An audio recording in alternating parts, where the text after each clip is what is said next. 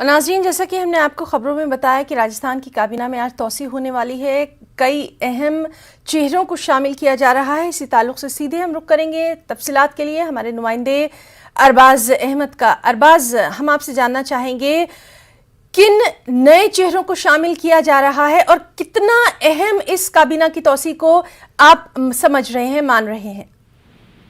देखिए, है ना, राजस्थान में पिछले काफी टाइम से, जब से सचिन पायलट वाला किस्सा हुआ था, उसके बाद से लगातार जो है कैबिनेट एक्सटेंशन की बातचीत चल रही थी। जो मंत्रिमंडल है उसके विस्तार के लिए काफी कोशिशें की गई। इसमें बाकायदा अलग अलग फॉर्मूले लगाए गए। अजय माकन से लेकर के जो दूसरे जिम्मेदार लोग हैं दिल्ली में कांग्रेस के, उन तमाम लोगों को इसमें बीच में इन्वॉल्व किया गया। फाइनली अब ये नतीजा सामने है कि आज जो मंत्रिमंडल में करीब 20 कैबिनेट मिनिस्टर और 10 जो है स्टेट मिनिस्टर शामिल हो रहे हैं, जिनमें आप देखिए कि एक बड़ा लंबा चौड़ा तबका शामिल किया गया है, जिसमें पहले भी मंत्री रह चुके हैं बहुत से लोग, और बहुत से लोग ऐसे हैं जो पहली बार मंत्री बन रहे हैं। खास तौर पर इसमें जो हम कास्ट इक्वेशन की अगर बात करें, आप देखिए कि राजस्थान में जितने अभी टोटल मंत्री होंगे, इसके बाद में कास्ट इक्वेशन के ऊपर काफी फोकस किया है अशोक गहलोत ने, जिसमें अभी देखिए कि मंत्रिमंडल में करीब 5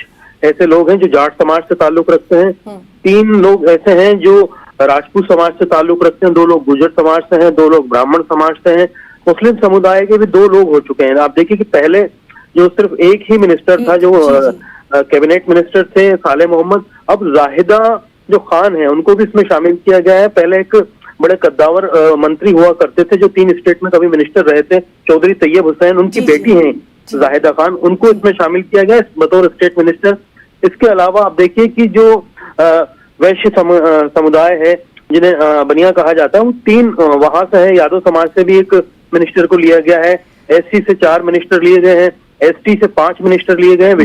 तो काफी अहम इस काबीना की तौसी को राजस्थान में माना जा रहा है और इस सिलसिले में लगातार आपसे हम अपडेट भी लेते रहेंगे। फिलहाल के लिए आपका बहुत बहुत शुक्रिया अदा करना चाहेंगे तमाम तर तफसीलात के लिए।